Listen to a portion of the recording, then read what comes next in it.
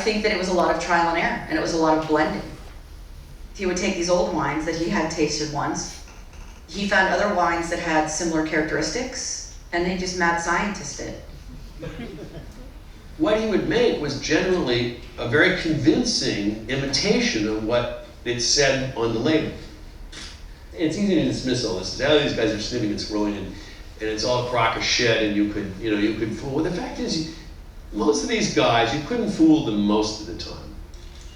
That's what's interesting about Rudy's fraud, is that hardly anybody could have done it. He was a bit of an artist.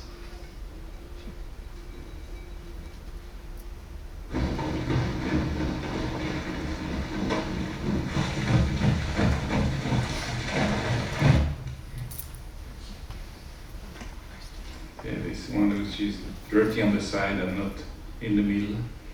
It was well done actually, but too much well done because there is nearly a line between the dirt and the non-dirt.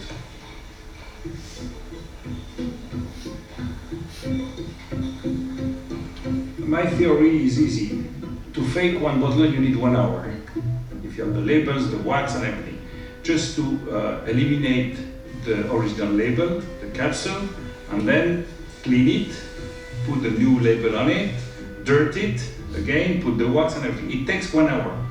When you know that one of the big sale was 15,000 bottles or something like that, if you multiply the number of bottles by 1 hour, 15,000 hours. So it's impossible. I mean, technically, it's impossible that he could do it. He could have done it on his own. We know that some of the paper came from Indonesia. His brothers were in Indonesia. We knew that there was money going to his brothers in Indonesia. It was pretty evident to us that this was kind of a family affair. Are you independently wealthy? What? Are you independently wealthy? No, I'm broke. No, I scam people to get wines.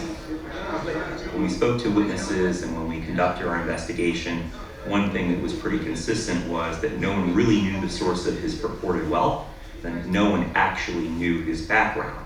His legally registered name is Rudy Cornelion, but he has operated under different names. He operated under the name Lenwadi Tan or Len Tan, which is actually his mother's name. To answer your question, I come from a wealthy family. The names for Rudy Cornelion and his brother Dar Saputra. Those are both the names of famous Indonesian badminton players.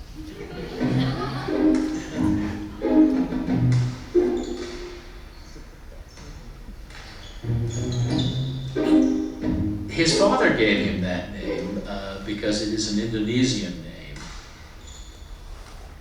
Rudy was of Chinese descent, and there's a period of time when there was a huge amount of even danger to people of Chinese descent that were living in Indonesia.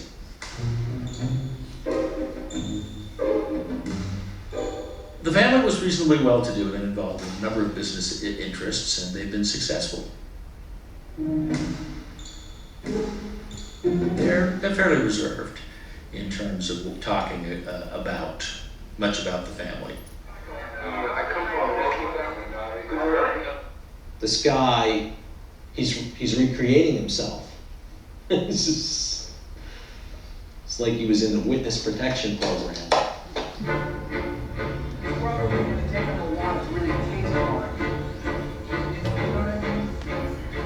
In Indonesia, everybody is given an identity card, and we were able to pull his passports, and we knew that his father's name was Makmur Wajorjo, and that his mother was Lenwadi Tan.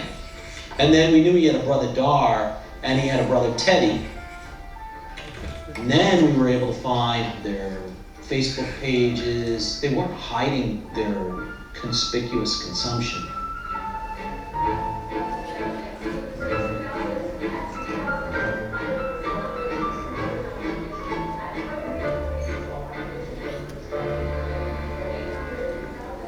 Who backed him?